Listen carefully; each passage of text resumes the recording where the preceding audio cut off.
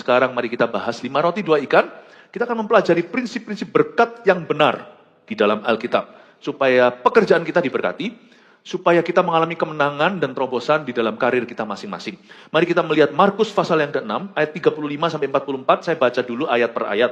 Pada waktu hari sudah mulai malam, datanglah murid-muridnya kepadanya dan berkata, tempat ini sunyi dan hari sudah mulai malam. Suruhlah mereka pergi, supaya mereka dapat membeli makanan di desa-desa dan di kampung-kampung sekitar ini. Tapi jawabnya, kamu harus memberi mereka makan. Kata mereka kepadanya, jadi haruskah kami membeli roti seharga 200 dinar untuk memberi mereka makan? Tapi ia berkata pada mereka, berapa banyak roti yang ada padamu? Cobalah periksa. Sesudah memeriksanya mereka berkata, 5 roti dan 2 ikan. Lalu ia menyuruh orang-orang itu supaya mereka duduk berkelompok-kelompok di atas rumput hijau.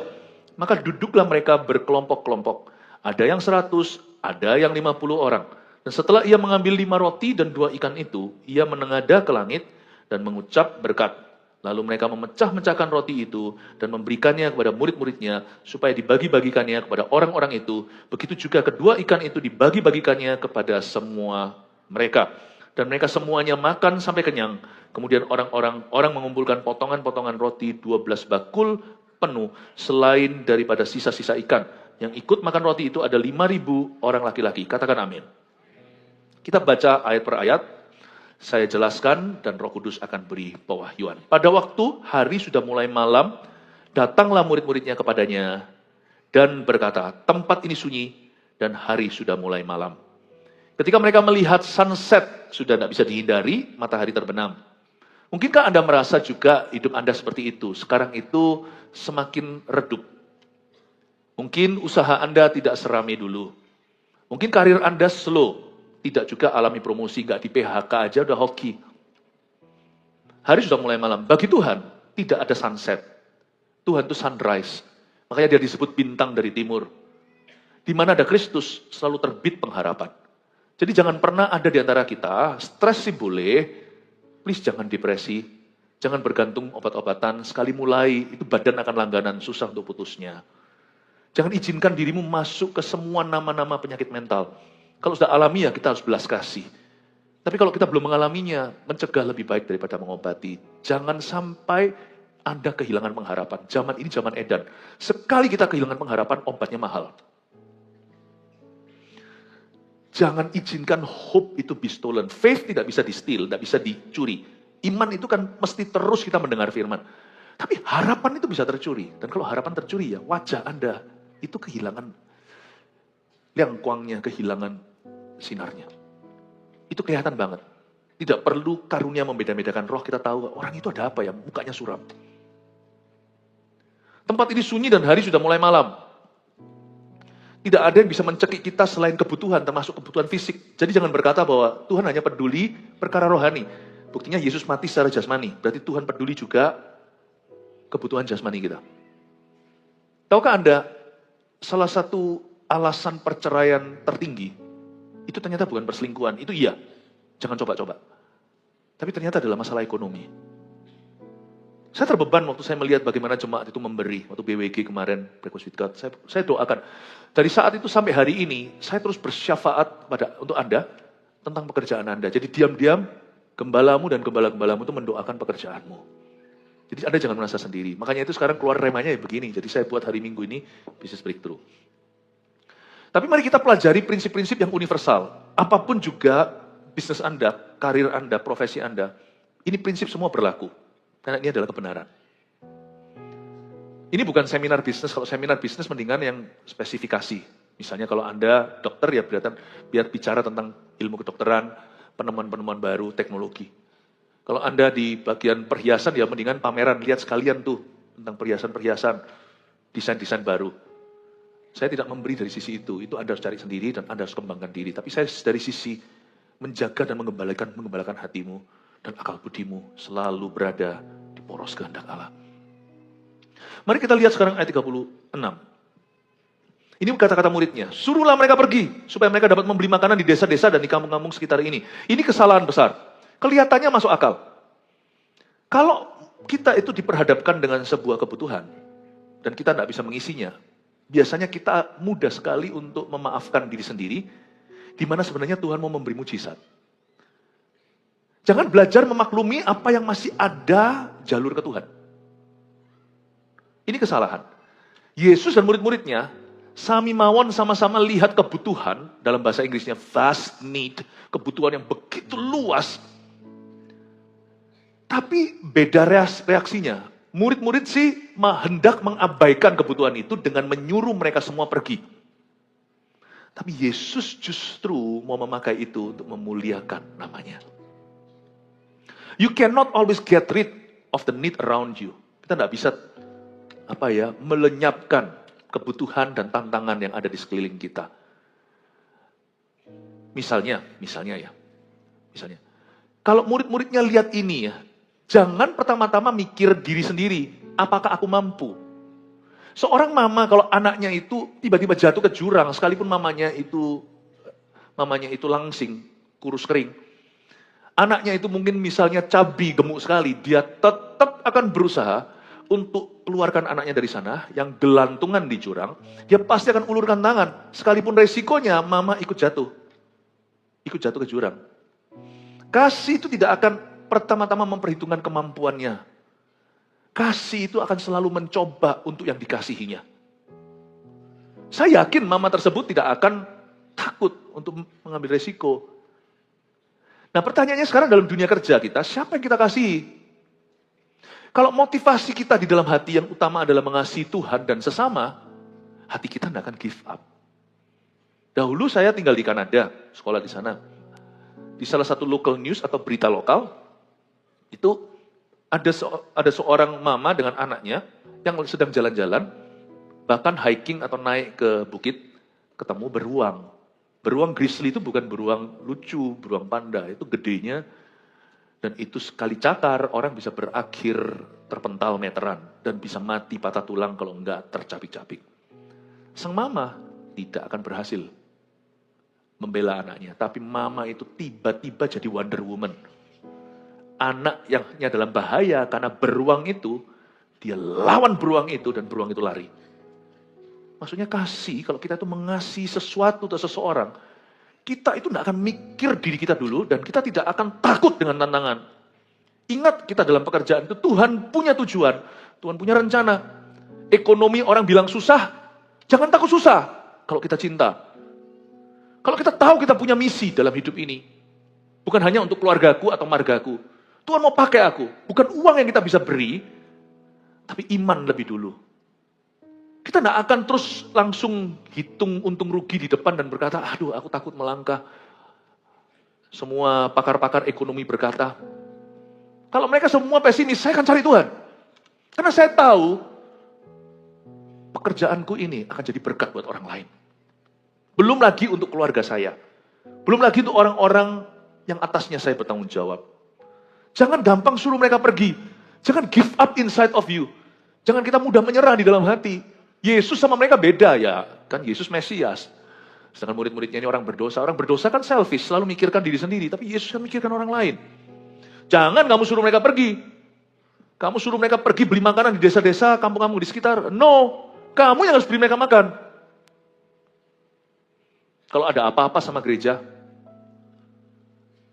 saya akan aborsi aset dan gedungnya. Karena yang saya cinta adalah umatnya. Akan saya pertahankan, akan saya layani jemaat, volunteer dan full timernya. Saya akan mati-matian untuk mereka. Kita memulai sejarah kita waktu dahulu pertama kali di Surabaya Barat sini tahun 2020. Berapa ratus staf di gereja waktu itu yang mengikuti di zaman-zaman ketika kita mulai dari bawah lagi. Dalam hati saya berkata, Tuhan, aku tidak tahu gimana hidupi mereka. Aku sendiri juga tidak tahu bagaimana survive. Just 5 years ago, baru 5 tahun. Tapi saya berkata, apapun juga, Tuhan, saya akan korbankan apapun untuk orang. Tapi ternyata Tuhan itu tidak pernah tinggalkan kalau mata kita tidak tertuju ke kita. Kalau mata kita itu tertuju pada orang-orang yang dikasihinya, umat tebusannya. Kalau mata kita itu tertuju kepada melayani sesama kita, mata kita tertuju untuk kepentingan lebih besar, yaitu kerajaan sorga. Allah itu memelihara. Allah itu memelihara. Saya dan istri saya sudah bilang, siap-siap, tabungan pribadi segalanya. Nggak bisa, kasihan, si A harus makan. Itu punya anak 2. Waktu itu saya beritahu sama teman-teman, udah nggak usah ngikuti, nggak usah ikut saya sendiri survive gimana nggak tahu kok.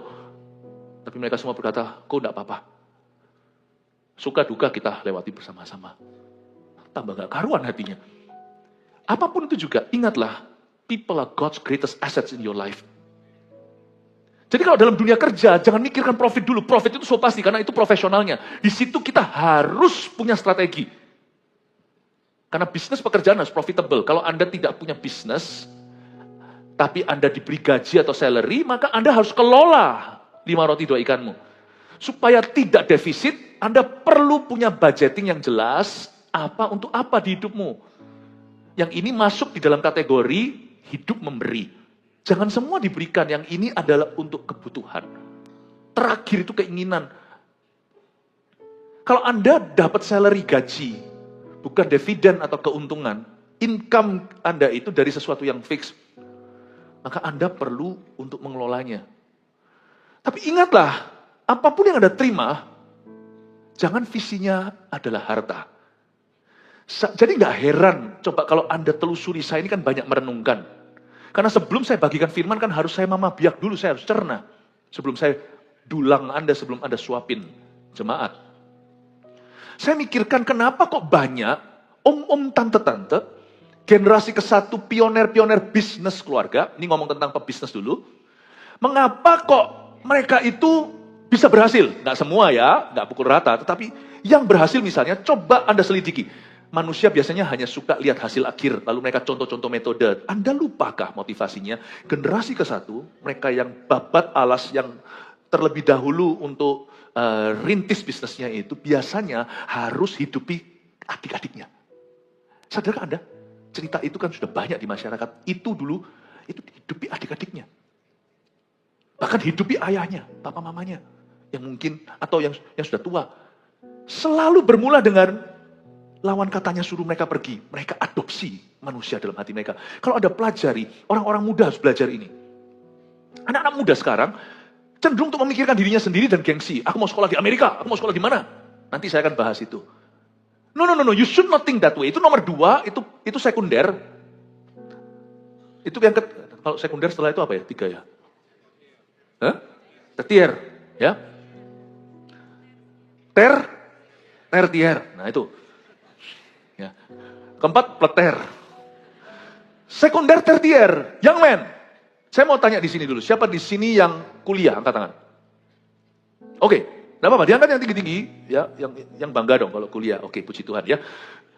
Yang kuliah, itu tidak boleh jadi pikiranmu, apalagi sekarang yang SMA. Anda harus mikir Anda mau adopsi apa di hatimu sebelum kau memulai karirmu. Karir itu dirintis mulai sejak sekolah. Salah kalau karir itu dilintis pada waktu mula setelah dia wisuda. Apa yang kau adopsi? What is the motivation for your future career? Apa motivasinya untuk karirmu suatu hari nanti? Belajar dari generasi 1. Itu mereka harus hidupi keluarganya. Anak-anak, makanya itu.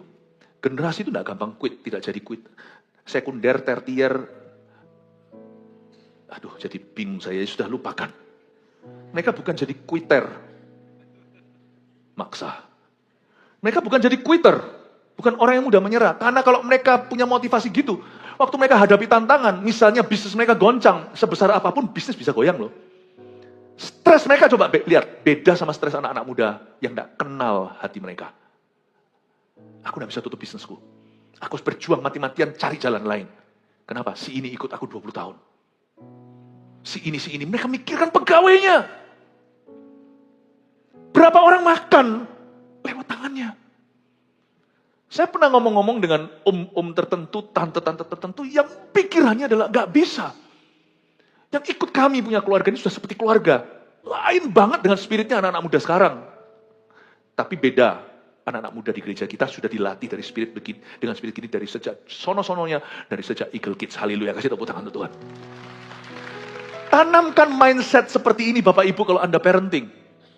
Kalau anak Anda langsung, Pak aku mau sekolah di sini, wah aku mau sekolah di sini yang get semuanya. Sekalipun Anda mampu, tampar dulu. Jangan tampar pipinya, tampar egonya. Nggak usah ngomong tentang negara mana, nggak usah. Papa sekalipun mampu. Nggak usah ngomong itu. Apa mau tahu kamu sekolah apa sih? Jurusanmu kenapa itu? Jawab dulu, presentasi. Suruh mereka presentasi, itu nggak kejem kok. Itu rotan untuk menjadikan mereka. Kalau Anda simpan rotan itu, Anda tidak cinta. Motivasimu apa? Kenapa kamu mau sukses? Kenapa kamu harus sukses? Papa punya kuasa loh untuk memberkati atau mengutukimu. Papa keluarkan kutuk, kamu tidak akan sukses. Nah, kamu akan selalu cebol, kerdil karirmu. Tidak akan sukses, kamu akan susah sekali untuk menembus itu. Kamu beritahu dulu sama Papa, kenapa Papa harus memberkatimu dan mendoakan supaya kamu berhasil. You tell me why. Wah, aku mau jadi church builder. Anak kecil ngomong gitu. Doakan dia. Karena dia punya misi. Itu tadi, 1 juta gereja dan 1 juta murid Kristus, 1 gereja, 1 jemaatnya itu. Let them answer you. Anak itu harus answerable. Jadi jangan, kita belajar di generasi 1. Why they are so tough? Karena mereka itu people oriented. Meskipun kerjaan mereka itu task oriented. Kerjaan mereka itu orientasi tugas. Hatinya itu orientasi manusia. Jangan lupa Bapak Ibu Saudara. Yesus tidak suruh mereka pergi, murid-muridnya. Biar mereka cari sendiri. Tuhan kata, enggak. Ayat 37. Tapi jawabnya, kamu harus memberi mereka makan. Kata mereka kepadanya, masih bisa berdalih lagi. Tapi saya ngerti sih, kalau saya jadi mereka, saya juga akan lakukan yang sama. Karena saya belum mengerti mentalitasnya Tuhan. Kata mereka kepadanya, jadi haruskah kami membeli roti seharga 200 dinar untuk memberi mereka makan? Saya ngerti sekarang, 5 roti 2 ikan ini bukan mujizat untuk 5.000 orang. Untuk 12 orang. Ini mujizat dimakan 5.000. Tapi spiritnya ditransfer 12. Tuhan sedang melatih mentalitas baru untuk murid-muridnya yang dungu-dungu itu seperti kau dan aku. Ini salah satu yang ngomong ini, kalau nggak salah adalah Filipus. Namanya sama-sama saya, jadi sama-sama dungu. Jadi haruskah kami membeli roti seharga 200 dinar? 200 dinar, catat sebagai FYI, for your information only. 200 dinar itu adalah gaji setahun. Ini ya, pikirannya itu pikiran gaji. Coba lihat ya, ceteknya orang ini. Filipus. Jadi saya suka, namanya itu sama dengan nama saya, supaya saya bisa lebih dekat belajar. Tanpa Tuhan, mentalitas kita itu serendah itu. Gimana cara kasih mereka makan? Gak cukup kali, sekalipun 1 tahun gaji, 200 dinar itu adalah gaji setahun. Manusia cenderung melihat resources atau kemampuan atau keterbatasannya sendiri. Tapi kita harus melibatkan Tuhan sebagai orang percaya bahwa di dalam hitung-hitungan itu, ada Tuhan Yesus yang membuat semua berubah. Bagi Tuhan, 5 tambah 2 bukan sama dengan 7. 5 roti 2 ikan sama dengan 5.000. Tapi saya harus kasih disclaimer, Anda dengarkan kebaktian sebelumnya, bahwa kita harus presisi. 6 tempayan diisi 2-3 buyung masing-masing. Air menjadi anggur itu. Jangan kira-kiramu itu terlalu lebar, spekulasi, gambling lagi. Kita itu harus punya kontrol. Kita harus punya perencanaan. Kita harus punya pengetahuan. Kita harus kuasai materi. Banyak orang itu hanya ikut Tuhan itu hoki-hokian. Bahkan nggak takut untuk dengan uang pinjaman, karena kita percaya berkat. Iman itu tidak ada hubungan sama superstisi. Iman itu justru menambahkan hikmat untuk kita itu punya perencanaan yang matang. Saya ngomong begini, melibatkan Tuhan dalam kalkulasi, bukan berarti ngawur perencanaan kita semua by faith only. Orang yang beriman adalah orang yang berakal budi. Cuman dia ngambil keputusan bukan semata-mata berdasar apa yang masuk akal. Tapi dia ngerti bagaimana Tuhan bisa memakai yang sedikit di tangannya, asal dia manage well, asal dia mengelolanya. Karena dia tahu diri bahwa aku adalah steward, aku adalah manager dari kasih karunia yang Allah berikan, dan hatinya tahu untuk tidak menyimpang kanan kiri lewat iri, lewat cemburu dengan orang lain punya. Kalau dia kelola apa yang ada, boleh situ. Kalau sudah tanggung jawab dengan angka yang Tuhan percayakan, boleh silakan untuk Anda percaya perkara lebih besar. Amin Bapak Ibu Saudara. Hati ini, matanya jangan banyak. Hati ini matanya cuma satu aja. Pandang ke Tuhan. Sehingga kita bisa melihat apa yang kita punyai itu, sesedikit apapun, adalah berkat mula-mula di tangan kita. Jadi haruskah kami membeli roti seharga 200 dinar, pikirannya kepada gajinya setahun, itu pun tidak cukup untuk 5.000 untuk memberi mereka makan. Tapi God has unlimited resources. Tuhan punya sumber daya yang tak terhingga. Hari itu Tuhan ajari manajemen yang bagus. Kita lihat ayat 38. Tapi ia berkata kepada mereka, Tuhan tanya gini, berapa banyak roti yang ada padamu? Luar biasa guru ini. Tidak ada orang bisa mementori dan memuridkan seperti Yesus. Dia berkata, kamu punya berapa banyak? Tuhan punya mujizat itu selalu libatkan seseorang. Tuhan itu tidak pernah mau kerja sendiri meskipun dia bisa. Pada mulanya waktu Tuhan menciptakan dunia, bumi ini kosong. Hanya satu suara, jadilah terang. Jadi, waktu Tuhan bentuk manusia pertama, Adam dari tanah, dia tidak perlu bantuan siapa-siapa. Tapi setelah itu, Tuhan seolah-olah minta bantuan kita. Karena ketika Tuhan punya manusia, itu seperti seseorang punya anak, dia kepingin libatkan anaknya. Saya bisa bayangkan aja imajinasi, seorang ayah yang punya workshop di garasinya, yang memang suka otak-atik, elektronik, apa segalanya, anaknya sudah cukup dewasa, jangan bayi ya, nanti dilindas, nanti kejatuhan alat berat, tapi papanya bilang, sini, bawa sini stang, bawa sini geraji, dan sebagainya, prakaryanya di garasi. Dia izinkan anaknya ikut yang sudah agak besar. Bukan karena dia nggak bisa, bukan karena dia nggak tahu di mana tempatnya, geraji, paku, palu. Tapi because I love you, I want you to be there. Meskipun ini adalah mahakarya, adikaryaku, tapi aku mau kau turut berkarya bersama dengan aku. Tuhan tuh tanya sama murid-muridnya, lu orang punya apa? Kalian punya sesuatu? Tuhan tuh nggak perlu bisnis kita dan Tuhan nggak perlu gereja kita. Tuhan nggak perlu kemampuan saya khotbah, Tuhan nggak perlu bahkan suara saya. Tuhan nggak perlu semua yang bisa nyanyi, Tuhan nggak perlu itu. Tapi Tuhan melibatkan kita because He loves you and me. He loves us. Dan Tuhan berkata hari itu berapa banyak roti yang ada padamu. Tuhan ajari mereka, hey guys, kamu kalau melihat sesuatu yang besar, kamu harus hargai dulu sesuatu yang kecil. Hey, kalau kamu mau melihat berkat yang belum ada, kamu harus kelola dulu apa yang sudah ada. Sudahkah kau perlakukan apa yang ada padamu, sesedikit apapun itu juga sebagai berkat dalam hidupmu, atau itu justru jadi bahan keluhanmu? Kok cuman segini? Apa-apaan tuh? Sebenarnya 5 roti 2 ikan adalah mujizat untuk 12. Buktinya nanti ujungnya. Yang lainnya kenyang pulang. Pulang biasanya gitu langsung akan food coma, dia tertidur. Tapi 12 orang itu bawa 12 bakul. Tuhan ingatkan mereka pelajaran berharga hari ini. Kalian tidak boleh punya prinsip yang salah. Tuhan berkata berapa banyak roti yang ada padamu? Sudahkah kamu kelola yang apa yang ada? Cari tahu dulu, jangan berkata tidak ada. Orang kan gampang aja berkata nggak ada atau nggak tahu. Cari dulu, keliling dulu, disurvei, diriset dulu. Lalu nanti terakhir Andreas bawa roti boy itu. Bawa 5 roti 2 ikan. Kalian mau tahu dulu, sana punya apa? Buat rencana. Tadi di ibadah pertama, Yesus bisa aja buat anggur itu tanpa lewat air. Yesus bisa ciptakan ikan tanpa lewat lautan. Coba bayangkan dua ikan itu menjadi ribuan makan, itu kan gak melewati lautan. Copot kepalanya, tiba-tiba plung, muncul kepalanya lagi. Copot ekornya, itu 2 ikan sekali copot. Tahukah Anda? Yang sisa dan yang baru. Yesus gak perlu, tapi Yesus tetap minta. Bukan, Maria dalam cerita itu minta semua pelayan-pelayan isi tempayan itu penuh dengan air. Baru nanti berubah jadi anggur. Lu isi setengah, anggurnya nanti separuh. Lu isi penuh, nanti berkatku yang mengubah itu jadi anggur. Tapi aku mau kamu terlibat, dan jangan dikau malas. Penuhi itu tempayan, jangan asal-asalan. Memang berkat Tuhan yang menjadikan kaya, tapi tangan yang rajin mengundang berkat. Betapa dahsyatnya untuk saya renungkan. Prinsip-prinsip ini tidak akan bergantung dengan pakar ekonomi.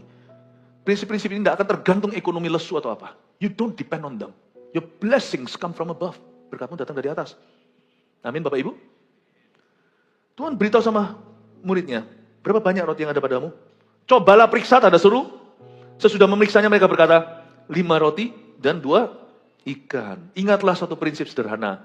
Kalau kita mau mengelola yang ada, baru Tuhan kasih kita yang belum ada. Jadi please, kita terapkan dalam kehidupan kita. Kehidupan rohani itu relevan untuk kehidupan sehari-hari. Siapa bilang kerohanian itu tidak ada hubungan dengan pekerjaan? Sangat terhubung. Di mana hatimu, itu yang mempengaruhi semua pekerjaanmu.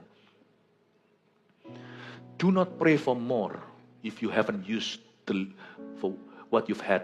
Bahasa Inggrisnya. Jadi gini, please jangan doa untuk sesuatu yang lebih. Kalau yang ada padamu belum kau pakai semua. Dilarang keras untuk mendoakan sesuatu yang lebih. Kalau yang ada padamu itu belum dipersembahkan untuk Tuhan. 5 roti 2 ikan. Banyak orang kan doanya lebih. Jadi benar gini. Doanya itu mendahului jalannya. Jadi dia jalannya baru mau ke sini, doanya sudah segitu. Misalnya kalau ada orang di sini berkata, aku mau menjadi berkat bagi bangsa-bangsa. Oke, simpan dulu doanya, serukan nanti waktu jalan. Belajar bahasa, bangsa-bangsa yang ngomong bahasa Indonesia cuma Indonesia dan Malaysia dan Brunei Darussalam. Oke, yang bahasa Melayu. Belajar bahasa Inggrisnya. Genahin. Benar-benar yang bagus. Grammarnya jangan salah-salah. Belajar. Waktu nanti Anda belajar bahasa yang lebih internasional misalnya, mempersiapkan diri untuk masa depan yang tidak kau ketahui, Yeremia 33, berserulah kepadaku, aku akan memberitahukan padamu perkara-perkara yang besar yang belum kamu ketahui. Tujuannya di tangan Tuhan, persiapannya di tangan Anda. Sebelum Anda minta api datang, siapkan kayu bakarnya seperti Elia. Dia siapin semuanya, wush, apinya tiba. Anda bisa berdoa pada waktu Anda mulai bangun mesbahnya, setengah jalan lah, atau sudah hampir jadi, ketika disiram air sampai ke parit-paritnya dan berkata, come fire. Belajar sungguh-sungguh. Dan waktu Anda belajar sambil les misalnya, atau sekolah, dalam sekolah, waktu Anda belajar, berserulah sambil belajar itu di dalam hatimu. Doa di dekat mesbah yang sedang dibangun lebih efektif daripada doa orang pengangguran, tidak persiapan. Waktu Anda les itu, berserulah di hatimu, use me to the nations. Pakai aku pada bangsa-bangsa. Itu doa, langsung nyampe, gak pakai transit kemana-mana, karena Tuhan melihat keseriusan. Don't pray for rain, if you got no umbrella in your hand. Jangan doa untuk hujan. Tunjukkan keseriusan. Pastikan kalau Anda percaya nanti ini Tuhan turunkan hujan setelah kemarau sekian lama. Bawa payung. Dengan payungmu itu di bawah terik matahari berkata, hujan datanglah. Tuhan berkata, wow serius itu. Bukan doanya, payungnya. Tujuan milik Tuhan. Persiapan milik kita. Tuhan tidak pernah memberkati mimpi bolong. Tuhan selalu memberkati persiapan seseorang. Tuhan tidak pernah memberkati pelita orang, tapi minyaknya. Anda baca dari Matius 25, tidak usah dibuka. 5 gadis bodoh, 5 gadis bijaksana. Bicara tentang gereja yang bodoh, gereja yang bijaksana. Orang Kristen yang bodoh, orang Kristen yang bijaksana. Semua dapat pelita yang bawa minyak yang menyala pelitanya. Saya ingin Anda untuk mengerti satu hal. Bahwa kita harus mempersiapkan diri. Khotbah saya sekarang ini didengarkan. Ini yang akan dirilai, didengarkan di GMS seluruh Amerika. Kalian yang di Amerika ya, jangan hilang bahasa Indonesianya. Bisa bahasa, jangan kurang satu. Kalau bisa lebih banyak. Tapi jangan sampai kita gaul dengan orang Indonesia saja, bahasa Inggris kita salah-salah. Padahal sudah 7 tahun di Amerika, belajar yang benar tuh. Bahasa Inggrisnya yang bagus. Harus was-was ngomongnya.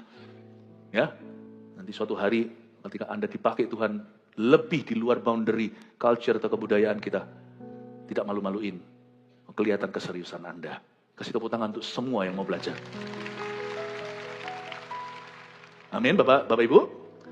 Semoga ini bukan hanya pesan untuk anak-anak muda yang mau sekolah, ini untuk kita semua. Untuk kita semua. Jangan kita itu minta sesuatu lebih. Kalau kita belum memakai semua sumber daya yang sudah dipercayakan pada kita. Tapi waktu Anda memakainya, jangan tunggu sampai habis baru minta. Nah itu kesalahan. Itu tunggu bensin sampai sudah kuning, sudah benar-benar kuning. Atau kalau HP-nya itu sampai merah, lalu mati. Dan jangan sampai tunggu habis baru minta. Atau baru ngisi. Pastikan waktu Anda mulai melangkah dan terpakai talentanya, di situ mulai Anda nabur. Orang yang menuai, waktu dia menuai, dia tidak menabur, lain kali tidak ada tuaian lagi. Karena itu ketika Anda menuai, harus mulai menabur. Ketika Anda mulai mempersiapkan diri berdoa untuk yang lebih. Amin Bapak Ibu Saudara. Mari kita lanjutkan sekarang ayat yang ke-39. Lalu ia menyuruh orang-orang itu supaya semua duduk berkelompok-kelompok di atas rumput hijau. Yesus benar-benar di sini dia bertindak sesuai dengan karakternya yang tertulis di Mazmur 23. Semua orang duduk berkelompok-kelompok di atas rumput hijau. Itu Tuhan banget. Tuhan itu gembala sekali, tak akan kekurangan aku. Kalau Tuhan suruh duduk berkelompok-kelompok di atas rumput hijau, itu Tuhan banget. Makanya kalau saya lihat CG kita bertumbuh berkelompok-kelompok begini, suruh membelah segala, itu Tuhan banget. Kalau susah belahnya, maunya selalu bersama, itu manusia banget. Manusia nggak mau berkembang soalnya. Manusia itu sudah di titik aman, ya sudah itu aja. Pelajari ilmunya Tuhan. Keluarga itu bisa erat dekat, lain cerita kalau keluarga jauh. Kenapa sih anak kita itu harus menikah sama anak orang lain. Saudara nggak boleh nikah kan? Di sinilah Tuhan selalu mengoyakkan lewat hukum alam. Setiap keluarga yang eksklusif tertutup dan maunya sama mereka di antara mereka sendiri, keluarga itu cepat lambat akan mati, mandul, dan dilupakan dan akan punah. Anda mau lanjut dalam hidup ini harus terbuka untuk another family, namanya besan, namanya mertua, namanya menantu. Itu ilmu Tuhan di dalam kehidupan jalan hidup manusia. Tak beda dengan kerohanian. Anda mau lihat potensi berikutnya pemakaian Allah, Anda harus terbuka untuk orang baru. Tuhan kelompok-kelompokkan dengan tujuan supaya mereka berinteraksi dan mengalami Tuhan lebih. Ini so Tuhan banget. Yesus itu gembala. Makanya sebuah gereja kalau dipimpin oleh gembala, atau dipimpin sama evangelis, atau dipimpin sama businessman, itu kan beda banget. Itu kan beda sekali.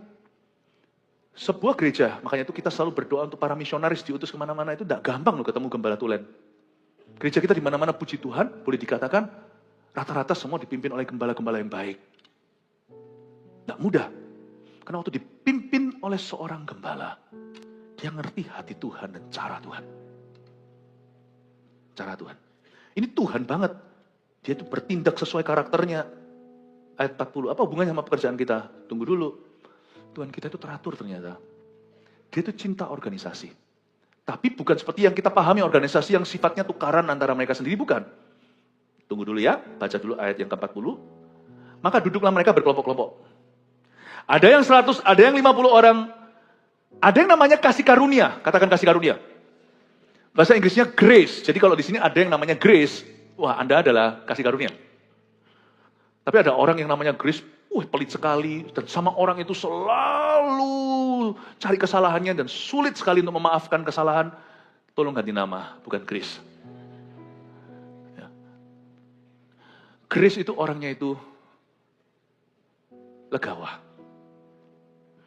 Grace itu kasih karunia diberi Tuhan cuma-cuma. Tetapi ketika mereka duduk berkelompok-kelompok, sesuatu terjadi beyond grace. Sesuatu yang terjadi melebihi kasih karunia. Apa itu?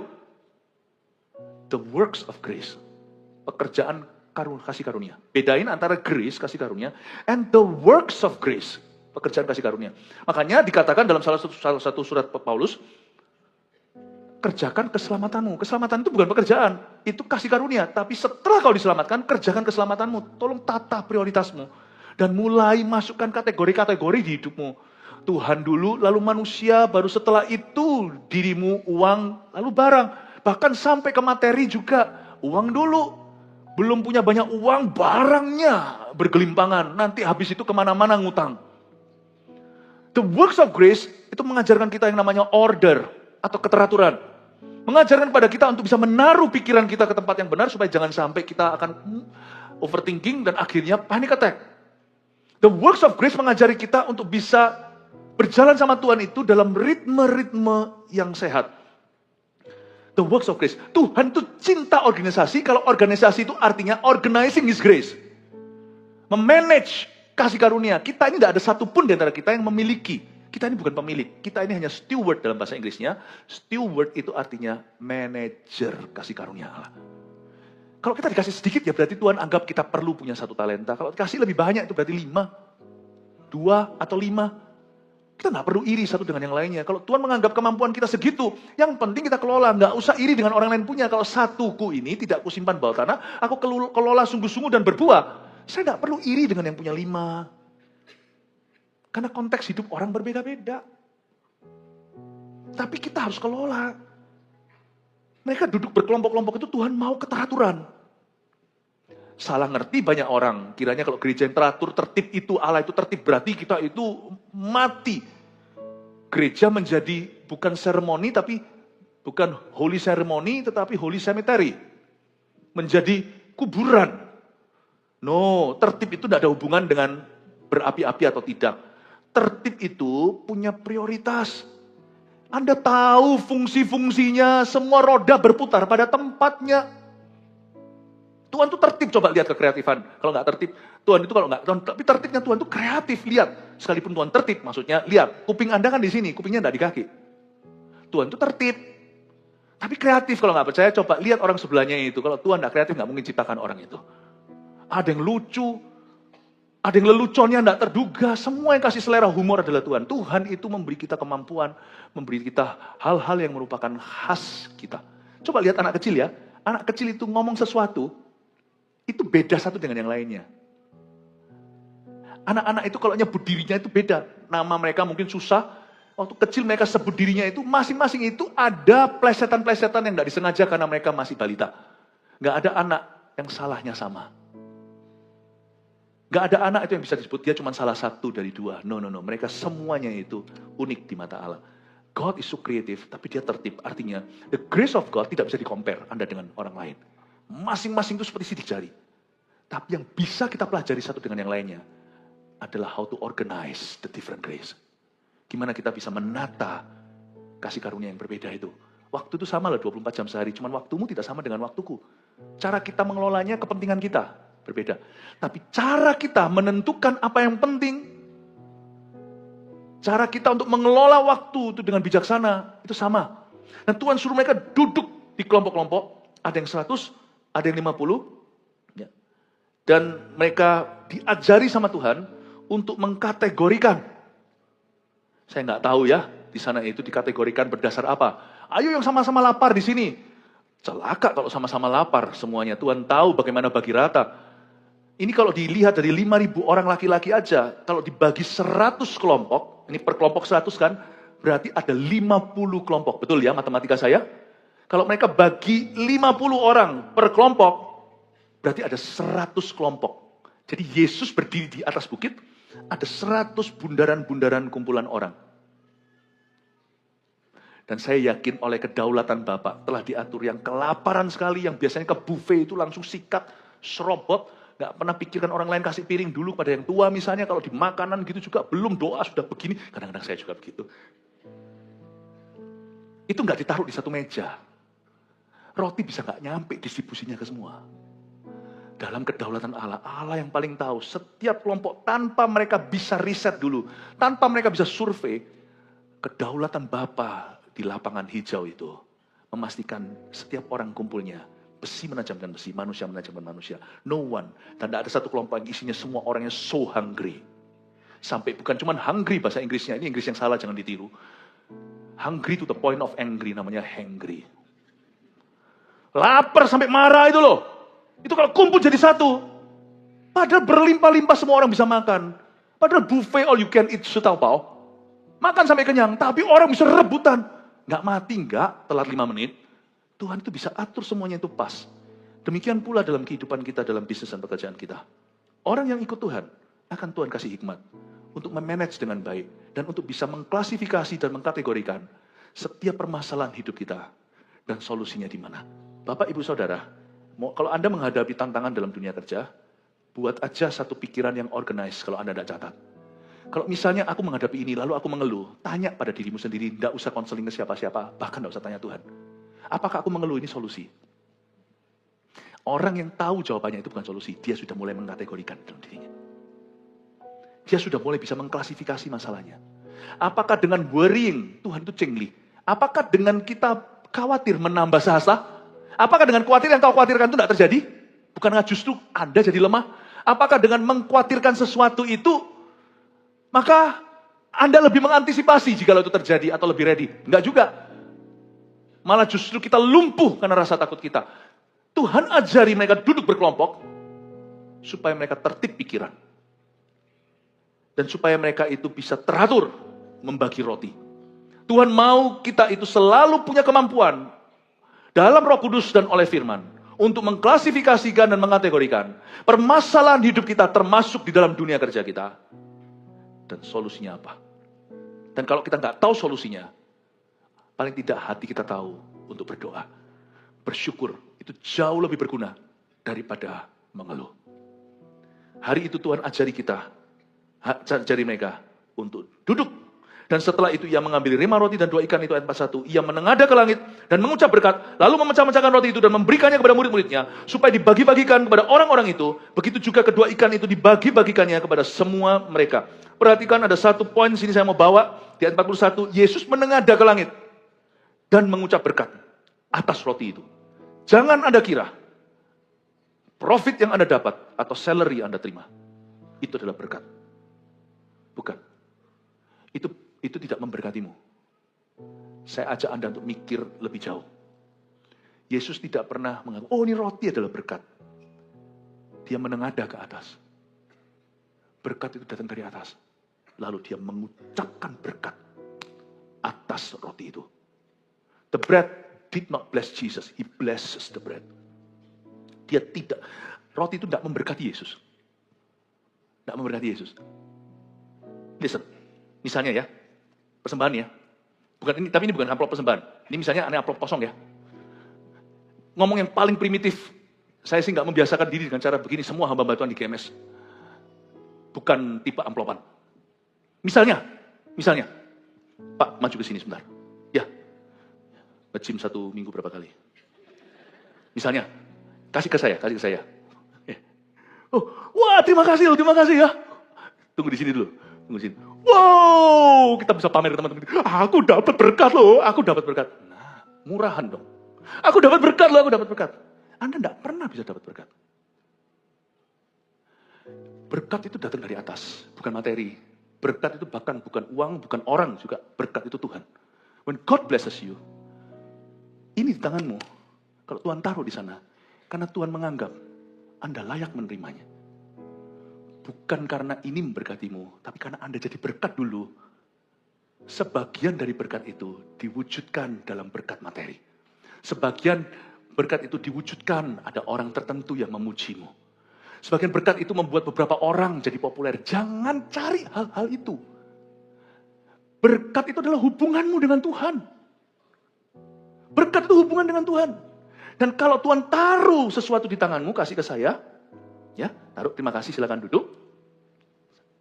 Ini tidak membuat saya kaya.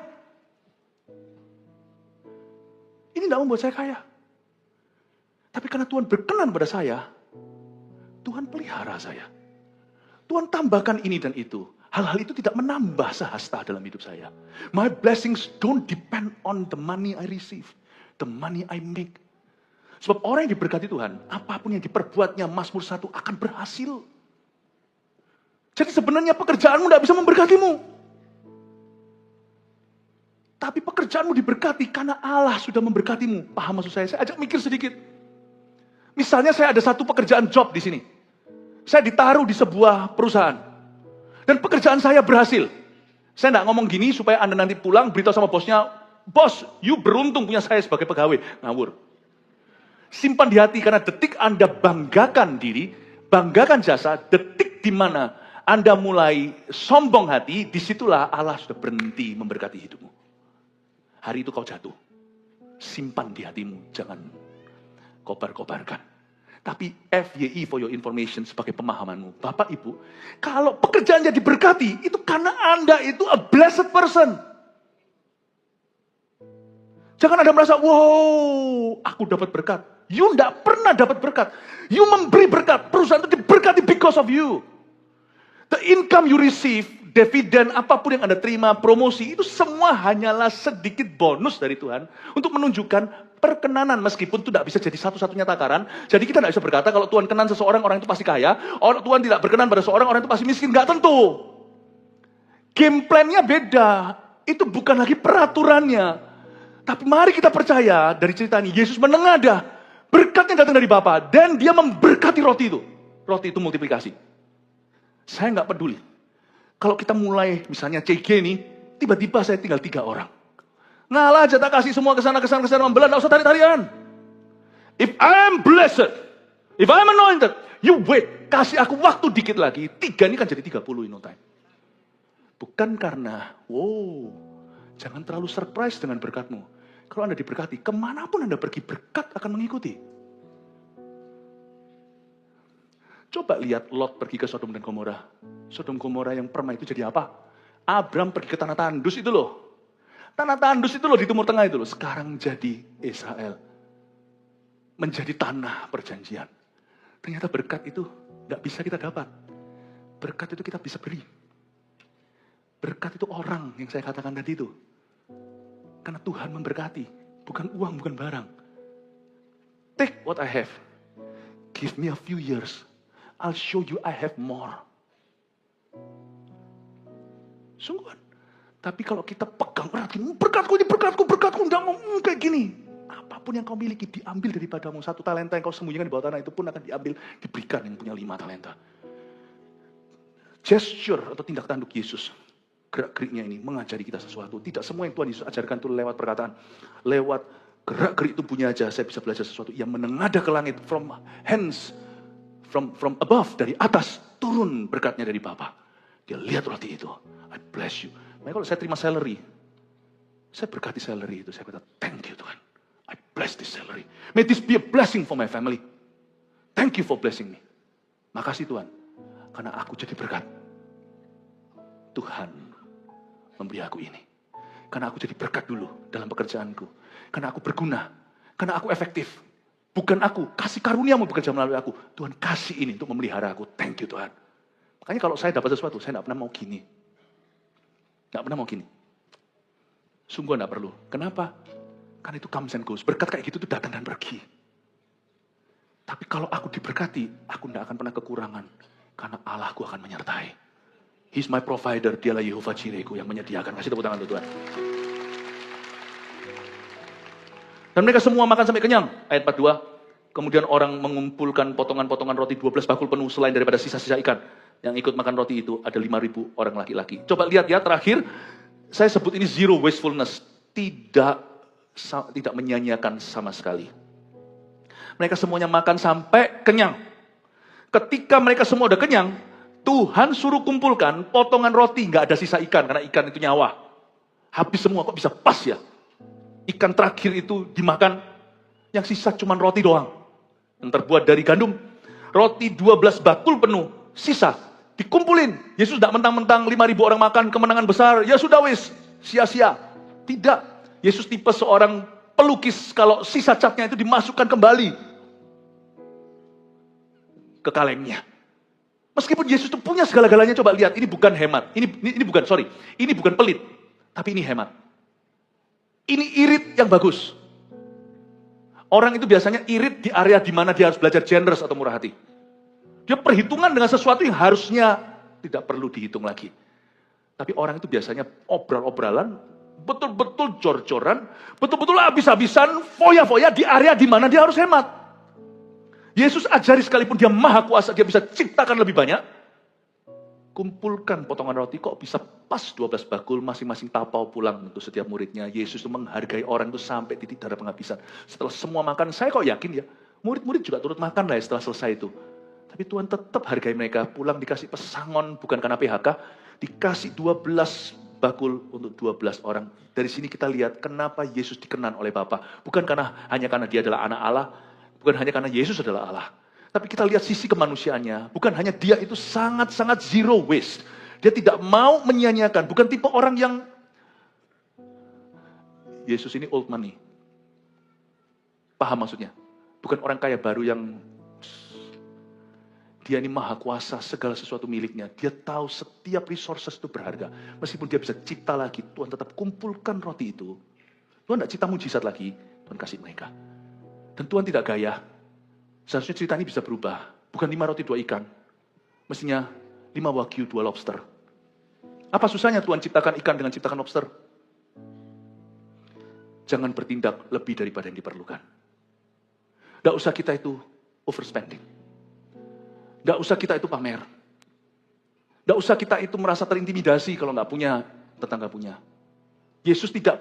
Mungkin kalau Yesus dibandingkan dengan beberapa orang-orang yang punya kuasa, punya yang namanya punya black magic di zamannya Musa, di zamannya Firaun. Mereka mungkin sudah keluarkan yang wow semua. No. Mujizat Yesus itu tidak pernah sembrono. Sekalipun Tuhan memberikannya dengan murah hati, dia tidak pernah buang-buang. Yesus hanya memberi mereka 5 roti dan 2 ikan. Tuhan tidak kasih mereka sesuatu yang berlebihan, tapi mereka juga tidak kekurangan. Trust God that He'll give you what you need this year. Dan jangan marah untuk sesuatu yang kau tidak punya. Jangan marah karena kita membandingkan dengan orang lain.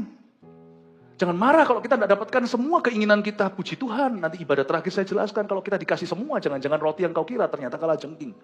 Tuhan tahu stop di mana dalam hidupmu yang tidak akan menjatuhkanmu. Saya belajar sesuatu dari 12 bakul penuh itu Tuhan simpan dan kasih ke setiap pekerjanya. Yesus dalam kemanusiaannya menghargai setiap workernya, pekerjaannya. Karena dia tahu yang ngalah dulu itu nggak dapat 5 roti 2 ikan, tapi dapat sebakul penuh. Tuhan tuh menghargai stafnya itu sampai akhir acara. Dikasih sama Tuhan masing-masing bawa pulang ke rumah. Tuhan bisa mikirkan Petrus punya mama mertua yang pernah Yesus sembuhkan waktu dia demam. Nah mungkin belum makan karena Petrus kan penyambung kehidupan keluarga. Dia pulang kan gak bawa ikan karena hari ini kerja untuk Tuhan. Misalnya Petrus waktu itu belum jadi pendeta penuh. Dia adalah seorang volunteer. Dia tahu, Tuhan tahu. Aku ini seperti berutang sama kamu. Seluruh keluargamu tuh bergantung nanti pulang Petrus bawa enggak hasil jualan ikan. Enggak ada. Kenapa hari ini ngasih makan orang diakonia? Aku kan kasih rezekimu. Aku enggak pernah hutang budi sama volunteer-volunteerku. Yang tidak aku buka keran di sini karena di sini mampet. Hari ini kamu tidak menjala ikan. Aku buka di sebelah satu lagi yang kamu tidak duga. Aneh bin ajaib. Medical bill kita bisa sangat-sangat murah. Bulan itu nggak pernah sakit. Heran tiba-tiba ada beasiswa buat anak kita. Anda jangan kaget, jangan pernah kotakkan Tuhan dan jangan pernah motivasi sama Tuhan. Tuhan itu nggak perlu disuruh, nggak perlu dikandani. Dia tahu kok gimana memberkati anak-anaknya. Yesus itu selalu dalam karakter, dia adalah gembala yang baik, tak akan kekurangan kita. Tapi Yesus punya komitmen yang harus kita pelajari. Zero wastefulness, dia tidak pernah sia-siakan sumber daya. Dia kumpulkan, saya pelajari cara Yesus memandang berkat itu tidak seperti kita. Dia benar-benar perhatikan orang-orangnya ketika berkat melimpah. Seharusnya kalau melimpah ya sudah semua kenyang, udahlah kita sendiri udah nggak peduli mau sisa berapa karena 12 bakul itu kelihatan banyak, tapi kalau di lembah yang besar atau di bukit yang hijau itu kesana tercecer roti dikit kelihatan dikit, tapi waktu dikumpulkan jadi banyak. Jangan kita remehkan berkat tersedikit yang tercecer kanan kiri di hidupmu. Kalau Anda bisa kelola dan kategorikan, Anda akan melihat ternyata Tuhan tidak pernah kekurangan memberkatimu. Cuman kita belum mengelolanya dengan baik. 3 poin ini sebagai summary, sebagai penutupan, untuk mengingatkan kita apa saja yang kita pelajari tentang 5 roti dan 2 ikan. 1, rasa tanggung jawab atas hidup orang lain mengundang berkat. Catat. Tolong ajarkan ke anak-anak muda, anak-anak kecil di gereja ini selalu kita tuh rajin ajarkan ini, termasuk nanti kalau konferensi anak-anak tidak ada yang namanya usia terlalu dini. Namanya value nilai itu harus ditanamkan sejak dia orok bayi kalau bisa. Pemuritan di gereja kita itu bermula dari nursery, dari tempat ruang bayi di luar sana. Di gereja ini Anda dimuridkan dari sejak baby. Kayak tadi sebut bye-bye aja masih BA-BAY. Ajarkan ke anak Anda, tanggung jawab untuk orang lain. Itu membuka tingkat berkat. Bukan ambisinya. Lu mau jadi apa? Jurusan ngomong nanti, kerinduanmu apa di depan Tuhan, dari situ kita akan gariskan. 2, manajemen yang baik atas apa yang ada adalah permulaan berkat. Ingat ya, permulaan berkat 5 roti 2 ikan menjadi 5.000 orang makan. Itu dimulai ketika mereka mulai assessment dulu, ada 5 roti 2 ikan diserahkan ke Tuhan dan di-manage dengan baik, ditaruh di tangan Yesus. Saya bisa bayangkan mungkin di situ kalau ada tempat batu ditaruh sama Tuhan, 5 roti 2 ikan. Manage yang baik. Jangan kita iri apa yang kita tidak punya. Kelola dulu apa yang kita miliki supaya kita bisa supaya kita bisa punya apa yang belum kita miliki. Manajemen yang baik. Ini juga sebagai pesan tambahan. It's a good reason, suatu alasan yang tepat kalau Anda mau belajar manajemen di sekolah, kalau di sini ada anak-anak muda. Zaman dulu waktu saya masih muda, waktu masih sekolah maksudnya, sekarang masih muda. Waktu masih sekolah, orang itu cuman benar-benar jurusan-jurusan yang diambil oleh semua teman-teman sebaya saya, itu nggak terlalu kreatif. Kita itu kalau enggak, manajemen ya ekonomi. Nggak ada yang salah, tapi jangan ikut-ikutan. Misalnya kalau Anda memang ngambil manajemen tapi nggak punya visi untuk memanage apa-apa. Sedangkan apa yang ada padamu aja amburadul misalnya. Ngambil manajemen tapi kamarnya berantakan. Ambil manajemen, rambut nggak pernah disisir. Mandi nggak ada jadwal. Percuma lah apa yang kau ambil. Sungguhan percuma apa yang Anda ambil. Mau ambil sekolah teologi pun nggak pernah baca Alkitab dan nggak pernah rindu melayani. Merasa melayani itu buang-buang waktu ya. Ngapain ngambil teologi? Hendaknya kirbatnya itu sama dengan anggur yang dia mau minum. Jangan sampai beda ruang suhu juga. Misalnya kalau Anda punya botol anggur lalu diisinya itu legen, nggak cocok lah. Legen tuh enak pakai yang di botol jalanan itu loh, yang pakai botol mineral sisa yang dicuci saya nggak tahu. Yang vodka saya tidak tawarkan supaya Anda minum gini-ginian apalagi keras-keras gitu, janganlah mengkaburkan pikiran kita untuk mengambil keputusan. Kalau kita jadi peminum berat, jangan jadi peminum tetap juga. Jangan misalnya kalau vodka itu terus isinya di situ air putih. Tapi nanti Anda lihat di situ ada air putih, tapi isinya vodka. Kacau sekali manusia. Kalau Anda memang mengambil sesuatu manajemen, kan Anda percaya multiplikasi Tuhan. Anda harus percaya multiplikasi Tuhan dulu, iman Anda harus tahu. Lalu pastikan kirbat dan anggur tidak beda jauh. Kalau Anda ambil manajemen, manage your life first. Tapi saya rasa ke depan-depan perlu manajemen. Orang-orang yang di finance, orang-orang yang perlu. Belajarlah, belajar marketing. Tapi jangan malu-malu marketing, tapi kalau orang datang cuma lihat ke HP-nya melulu. Marketing itu belajar dari kecil, taruh semuanya. Om, tante, kalau bisa hari itu om tantenya kau juali sepatumu. Makan di restoran mungkin kalau perlu dia beli tisumu. Sudah ada selera, sudah ada dorongan untuk jual sesuatu. Nah, ambillah. Orang yang malu-malu nggak tahu, ikut sama teman-teman segalanya. Nggak pernah interest sama orang. Lihat manusia itu di wajah dan di mata. Pikirannya terus lihat ke bawah, entah lihat apa. Salah jurusan kali ya. Tapi saya rasa ke depan harus ada manajer-manajer bagus. Kalau saya bilang manajer, tidak tentu manajer perusahaan. Harus ada orang yang bisa memanage kasih karunia dan mengembangkannya. Saya rasa ini tepat, bukan berarti kurang kreatif. Cuman jangan ikut-ikutan. Saya rasa di zaman saya waktu masih sekolah, perlu diulangi lagi. Orang berkata, aku mau ngambil manajemen. Tapi let's be serious. Bahwa apa yang Anda manage akan seperti 5 roti 2 ikan akan berkembang di tangan Anda. Amin Bapak Ibu Saudara. Gereja juga sama, manajemennya harus bagus. Harus tepat. Harus tahu fungsi-fungsinya, tangga-tangganya. 3, suatu pelajaran berharga untuk kita perhatikan kualitas memperlakukan orang lain. Tetap hargai setiap pekerja. Saat berkat sudah melimpah. Ini harus Anda catat baik-baik. Jangan selalu pikirannya itu making deals atau membuat deal terjadi. After sales service-nya sekalipun tidak ada keuntungannya. Orang Kristen harus melayani dari hati.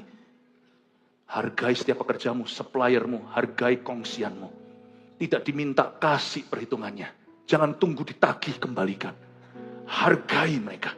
Hargai orang. Jangan kudu mau cuma dapat keuntungan, tetapi kalau kita mau jadi inspirasi, jadilah inspirasi ini. Jadilah inspirasi untuk membangkitkan loyalitas dalam diri orang lain. Tahukah, orang tidak harus selalu memberkati hidup kita. Tapi kalau kita bisa bangun loyalitas, berkat itu akan terus datang dari jalur yang sama. Di sini kita hargai setiap pekerja saat berkat sudah melimpah. Jangan kau lupa sama orang yang berjasa dalam hidupmu. Dan setelah Anda berhasil, jangan berubah jadi orang. Jangan tiba-tiba kayak, jangan. Ingatlah bahwa keberhasilanmu bukan untuk dirimu sendiri. Tuhan itu punya berkat bagi orang yang rasa tanggung jawab untuk orang lain lebih terbuka.